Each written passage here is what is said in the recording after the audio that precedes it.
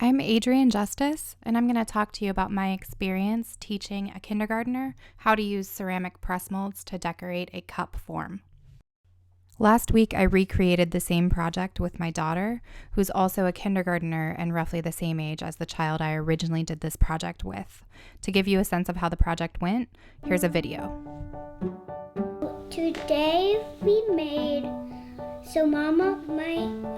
Adrienne made molds, and it's from my toys that I don't really use, out of these. Okay, so just take a piece and push it in your mold. And use your thumbs. Use your thumbs like mine. You just smooth it out and put a lot of pressure on it to make sure it's getting in all the nooks and crannies. Okay, then we're gonna take it out. It can be kind of sticky sometimes. Look at mine. Look at mine.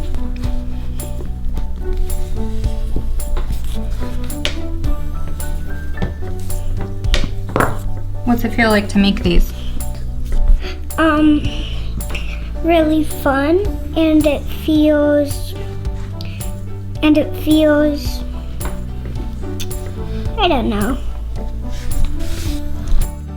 What I enjoyed about doing this project with 5 and 6-year-old children is that there is a built-in gratification to the process. A 5-year-old child is able to push soft clay into the mold and pull it out and retrieve a recognizable object. And I think that that is encouraging to them to continue the process and the exploration. There's also a lot of opportunity to just exchange encouraging dialogue with the child and build a relationship. Roll it up on the sides. But isn't it gonna just ruin it? No, that's not gonna ruin it. These are really hard to ruin. And the great thing is, if you feel like you've ruined one, you just make another because you have a mold. Then you can, pull it out with your hands. Perfect. Okay, perfect. Creating the press molded objects was a very calm and quiet activity both times I did this project, and I wanted that to really be the focus. So I gave the child enough time to explore that until they were satisfied with a large collection of molded objects. The next step is to create a cup out of clay slabs. It's kind of hard to roll with a rolling pin. Well, Usually, I don't give kids rolling pins because I give them clay that's soft enough that they can just push it with their hands. You want me to have a go at it? No, I got it. I've done this before. All right, now we have to cut a circle. You want to do it the size of this candle? Okay. So this is gonna be our bottom. Okay. Right there.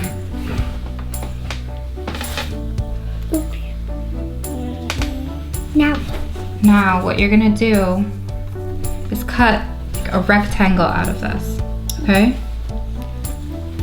Okay.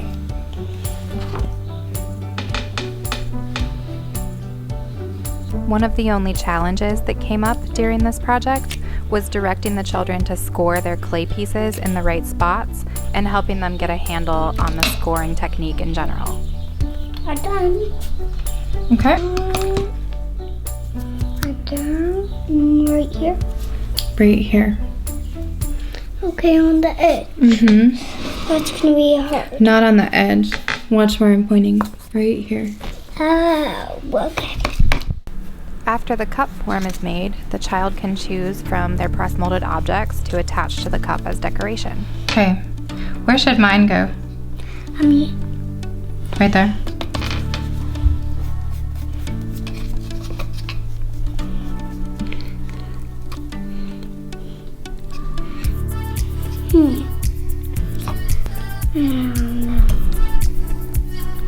Okay, yeah.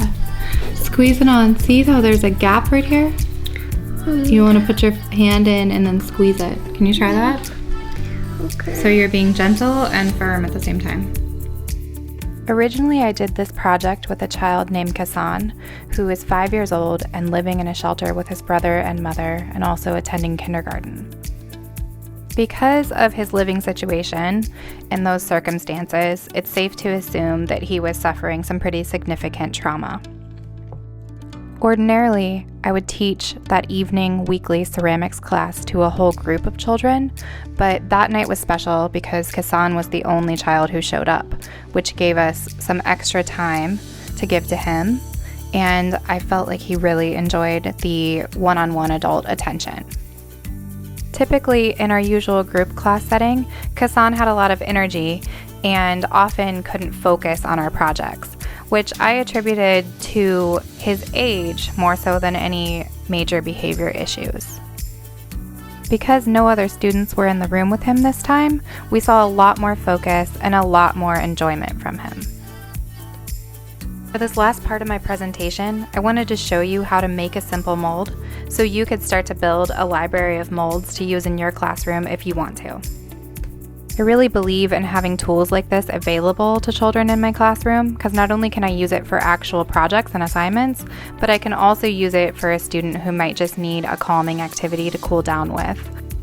For the molds I made in this video, I used simple plastic toys and blocked off the area I didn't want in the mold with some clay, and then I poured plaster over them. So we are talking about the molds I showed you. So also there was some others. So we made them. You couldn't really see the toys.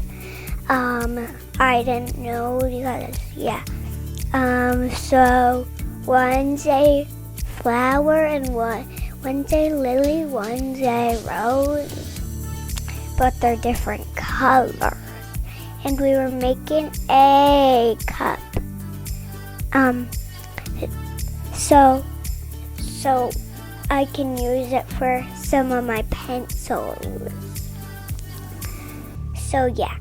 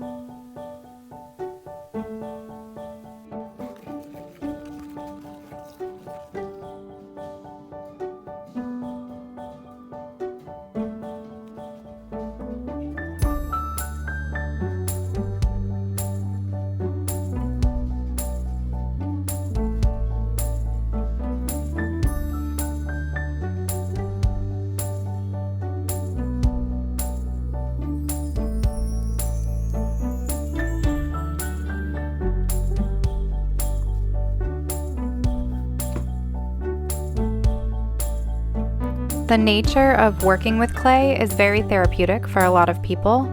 So for me, I think having simple press molds available gives me a nice foundation of a toolkit to use for not only delivering lessons, but also managing behaviors and giving children an alternative activity to do if they need some space to calm down. And again, I thought that the nature of this project was really successful in terms of providing opportunities to talk and chat about the discoveries that were being made with the clay. It was a simple foundation for a nice conversation with a young child who probably needed a bit of extra attention.